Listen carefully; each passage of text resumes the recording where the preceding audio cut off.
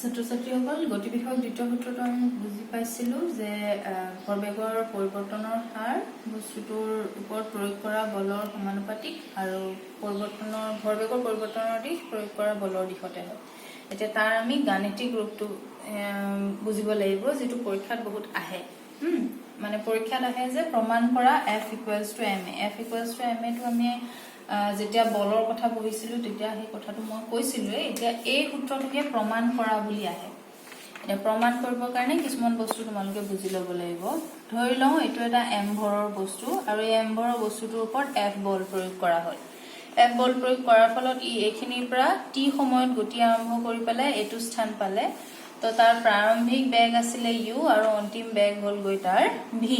গতিকে প্ৰাৰম্ভিক ভৰবেগ আমি ভৰবেগৰ কথা পাইছিলো। প্ৰাৰম্ভিক ভৰবেগটো যদি আমি p1 বুলি ধৰো তেতিয়া হলে p1 টো আমি কি বুলি লিখিব পাৰো m * u লিখিব পাৰো, হয় না? ভৰ আৰু বেগ। ঠিক তেনেকৈ অন্তিম ভৰবেগটো যদি আমি p2 লিখো তেতিয়া হলে এটো p2 = কি হ'ব m * v। এতিয়া আমি কি পালো যে দ্বিতীয় সূত্ৰটোত কৈছিলে যে প্ৰয়োগ কৰা বল কি হ'ব তাৰ কিহৰ সমানুপাতিক বুলি পাইছিলো যে প্ৰয়োগ কৰা বলৰ সমানুপাতিক ভৰবেগৰ পৰিৱৰ্তন প্ৰয়োগ কৰা বলৰ সমানুপাতিক, অৰ্থাৎ প্ৰয়োগ কৰা বল হৈছে F আৰু এটো হৈছে সমানুপাতিক চিহ্ন।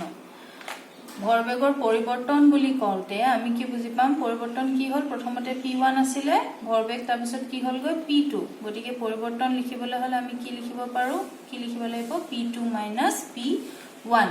এটা এটো যদি আমি ভাঙো তেতিয়া হলে p2 ঠাইত আমি কি লিখিম m * v মাইনাস এটো হ'ব m * u। ভৰবেগৰ পৰিৱৰ্তনৰ হাৰ বুলি কোৱাৰ লগে লগে ডিভাইডেড বাই হৈ যাব t। গতিকে ইয়াত কি আহি যাব সময়টো কিমান লাগিছিলে ইয়াত t।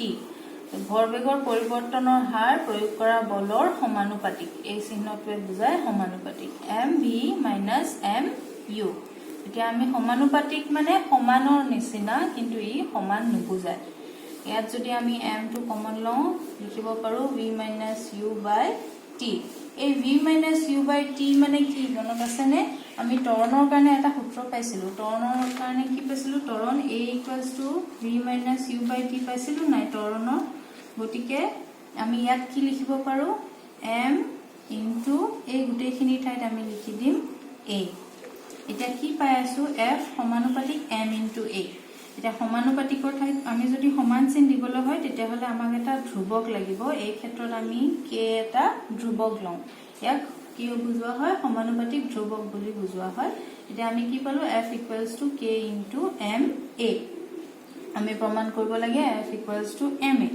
এতিয়া ইয়াত এটা কথা আমি লিখিব লাগিব যদিহে 1 নিউটন বল প্ৰয়োগ কৰাৰ ফলত বলৰ একক আমি কি পাইছিলো নিউটন। 1 নিউটন বল প্ৰয়োগ কৰাৰ ফলত যদি কোনো এটা বস্তুটো ভৰ কিমান 1 কেজি ভৰৰ বস্তু এটাৰ ত্বৰণ যদি কিমান সৃষ্টি হয় 1 মিটাৰ/সেকেন্ড² ত্বৰণ সৃষ্টি হয় তেতিয়া হলে এই সমানুপাতিক ধ্ৰুৱকৰ মান কিমান হ'ব 1 হ'ব, হয় নে নহয়? যদিহে ইয়াৰ মান 1 হয় তেতিয়া হলে আমি কি লিখিব পাৰো F = m * a। বুজি পালানে? এই লাইনটো কিন্তু ধুনীয়াকৈ লিখি ল'ব লাগিব ইয়াৰ পিছতে যদিহে m ভৰৰ বস্তু এটাৰ ওপৰত 1 নিউটন বল প্ৰয়োগ কৰাৰ ফলত যদি তাত 1 মিটাৰ/সেকেন্ড² ত্বৰণৰ সৃষ্টি হয় তেতিয়া হলে k এৰ মান কিমান হ'ব 1 হ'ব। যদিহে k এৰ মান 1 হয় তেতিয়া হলে আমি কি লিখিব পাৰিম F = m a। এই কথাখিনি বহুত ইম্পৰ্টেন্ট। এই প্ৰশ্নটো পৰীক্ষাত আহে যে প্ৰমাণ কৰা বা প্ৰথমতে লিখিব দিব পাৰে যে গতি বিষয়ক দ্বিতীয় সূত্ৰটো লিখা নিউটনৰ আৰু ইয়াৰ গাণিতিক ৰূপটো ব্যাখ্যা কৰা বা প্ৰমাণ কৰা F = ma। তেতিয়া হলে তোমালোকে এই কথাখিনি ইয়াৰ আগতে এই কথাখিনি ধুনীয়াকৈ লিখি ল'ব লাগিব। কিতাপত যেহেতু ধুনীয়াকৈ দিয়াই আছে মই সেইকাৰণে তোমালোকক বুজাইহে দিছো।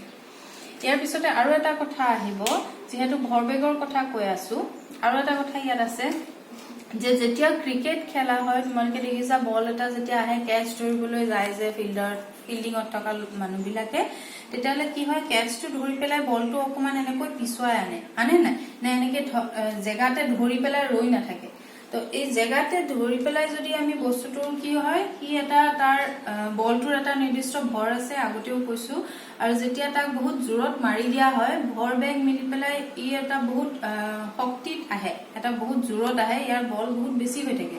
তো তেনেকুৱা অৱস্থাত হঠাতে যদি তাৰ আমি অৱস্থাৰ পৰিৱৰ্তন গতিশীল অৱস্থাত আছিল আৰু হঠাতে যদি তাক আমি তাৰ অৱস্থাৰ পৰিৱৰ্তন ঘটাবলৈ যাওঁ মানে আমি যদি হাতটো এনেকৈ আগুৱাই পেলাই ৰৈ যাওঁ তেতিয়াহ'লে আমি হাতত কি হ'ব পাৰো দুখ পাব পাৰো আঘাতপ্ৰাপ্ত হ'ব পাৰো সেইকাৰণে চাবা ক্ৰিকেট খেলা ক্ৰিকেটাৰ বিলাকে বা ফিল্ডিঙত থকা বিলাকে বলটো এনেকৈ ধৰি হাতটো এনেকৈ পিছুৱাই আনে তাৰমানে হঠাৎ তাৰ গতিটো ৰখাই নিদি তাক অকমান তাৰ কি কৰা হয় গতিটো লাহেকৈ কমাই পেলাই তাক ৰখোৱা হয় আৰু এইটো চেষ্টাতে হাতত দুখ নাপায় তাৰমানে যিজন ফিল্ডিঙত থাকে তেওঁ কমকৈ আঘাতপ্ৰাপ্ত হয় আৰু এই বস্তুটো বহুত বেছি দৰকাৰী এই ভৰবেগৰ কাৰণে গতিকে এই প্ৰশ্নটো পৰীক্ষাত আহিব পাৰে তোমালোকে আশা কৰো এই কথাখিনিৰ লগত সেই কথাখিনিও মনত ৰাখিবা